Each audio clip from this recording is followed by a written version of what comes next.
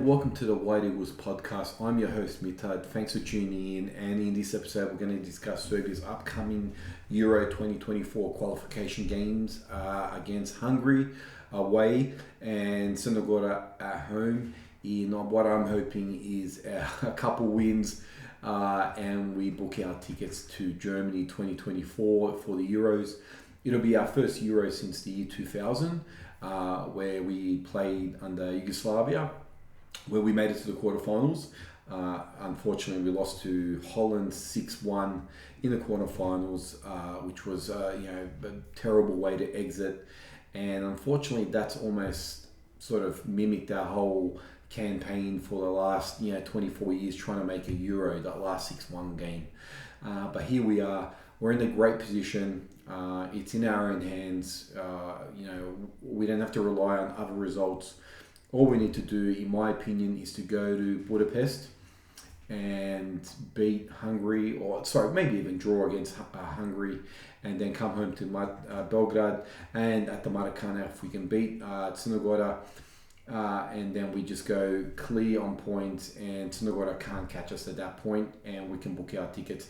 Whether we go first in the group or second in the group, it's not really that important. I mean, maybe for seeding it is, but let's face it, Serbia is more of a sort of group stage team. Unfortunately, I hate to say that, but we are. So whether we go first or second in a group, for me, it doesn't really bother me.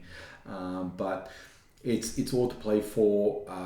Like I said, destiny is in our own hands. Unfortunately, some team news that Dusan VLAHOVIC is out due to some lower back pain. And just today I heard that Mihailo Ristic is also out. So they're gone, which Ristic doesn't really bother me too much, because, I mean, the one that really sort of bothers me is the Dusan VLAHOVIC injury. That really leaves us, our options are short up front. As you can see the team list, we have Mitrovic, VLAHOVIC and Petar Ratkov. Let's face it, VLAHOVIC is gone. You're really only going to play with Mitro up front. I don't expect Ratkov to pretty much get any playing time. If he does come on, it's that we are desperate and we need a goal, which I'm hoping is not the case. I can't see Petar Ratkov starting. Maybe he might come on in the last couple minutes of either game, maybe just get a bit of experience, but I don't see him playing any substantial times for the Serb team. I just think that Mitro is our only option up front at this point, and that's not good going back-to-back games, and Dusan VLAHOVIC isn't there. But I did some scouting on Ratkov. He's a talent. He's 1.93 centimeters tall, and he's a centre forward. Reminds you of Nikola Zigic. He will be a beast for Serbia. He will be an excellent player. Plays in Austria for Salzburg. 20-year-old, like I said. And in September, he was actually called up by the Bulgarian team. I don't know how he qualifies for the Bulgarian national team. He must have some lineage there, Bulgaria. But he also plays for Croatia. They were actually trying to get him to play for them. His mum is Croatian, but ultimately and thankfully for us, he chose to play for Serbia, which I think is an excellent result, and he will be a great talent for us. Maybe not so much in this qualification campaign, but ongoing now, as definitely as a probably a third striker, behind Mitro, VLAHOVIC, and then himself.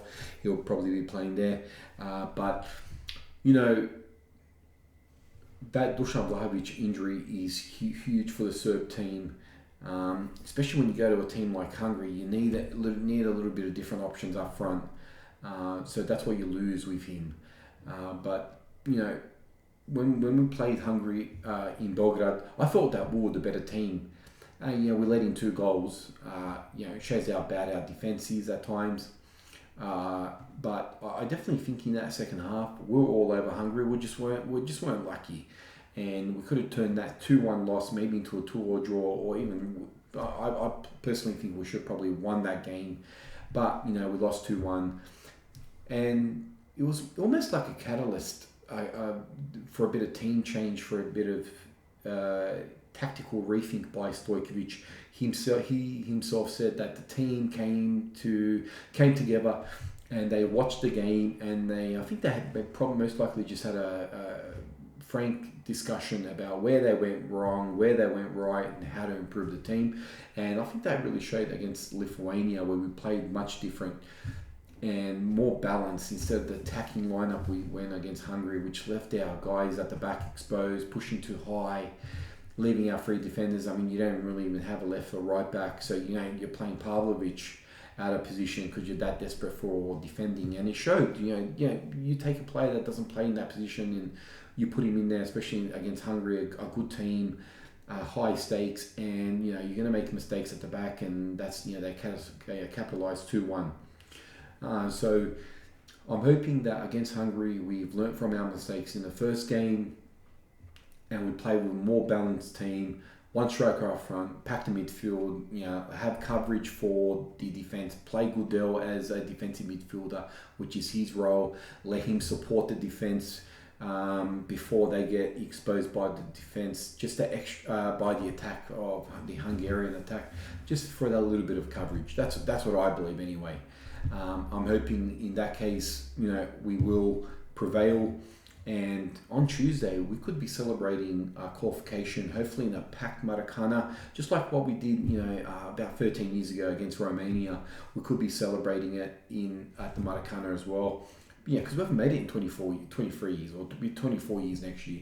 So I'm hoping that the place is packed, because the fans know that if they go, they may witness us qualifying for the first Euros in a long time. A generation of kids have been born in that time.